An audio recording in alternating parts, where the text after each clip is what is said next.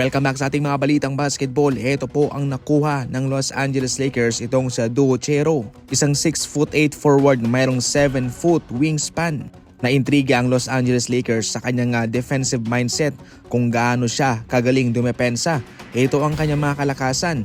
Isang magaling na defender, athletic at mataas yung kanyang wingspan at isang manlalarong mataas ang enerhiya. Ngunit kinakailangan niya lang na i-improve ang kanyang outside shooting at makagawa ng kanyang sariling tira. Yan lamang ang kanyang mga dapat na i-improve mga idol. Maliban dyan ay wala na, all goods na siya. Hindi naman siya kaagad na mabibigyan ng rotation. Kumbaga paghihirapan niya muna ang kanyang posisyon.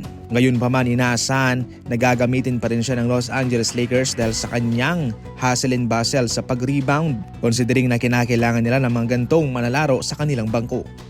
Kakatanggap lamang ni Kyrie Irving ng kanyang $119 million na extension sa Dallas Mavericks sa loob ng 3 taon. Nakalock in na siya. Ngayon pa man mga idol, ang magandang balita rito kahit na siya'y tinamaan ng injury ay makakabalik siya before sa All-Star break. Yan po ang pinaka-latest at yan po ang pinakamagandang balita ngayon para sa Dallas Mavericks. Ayon sa Dallas, hindi naman nila minamadali itong si Kyrie Irving kaya siguradong ito'y magkakaroon ng full recovery bago ito makabalik.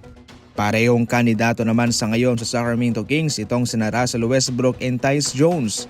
Mga free agent po sila at ngayon dahil nangangailangan po ng long-term point guard ang Sacramento Kings, silang dalawa ang napipisil. Parehong magagaling na point guard ang dalawang ito pero si Russell Westbrook ay dominante, halimaw, agresibo.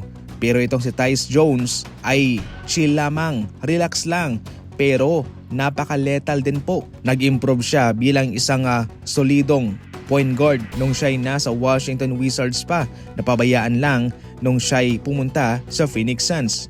Para sa inyo mga idol, sino nga bang swak para sa Kings? Si Russell Westbrook ba? Si Tyus Jones? I-comment lang yan. Maliban kay Alex Tohei, kinuha nga rin ho ng Golden State Warriors si Will Richard bilang kanilang 56th pick overall sa 2025 NBA Draft. Isang tirador ang gwardyang ito para sa Golden State Warriors. 49% ang shooting sa field and 36% naman sa 3-point line. Sa free throw, 84. Magaling din siyang dumepensa. Mayroong 6'10" na wingspan. Nagustuhan siya ng Golden State Warriors dahil sa kanyang angking kagalingan sa shooting at sa depensa. At ito ho'y makakatulong sa kanila.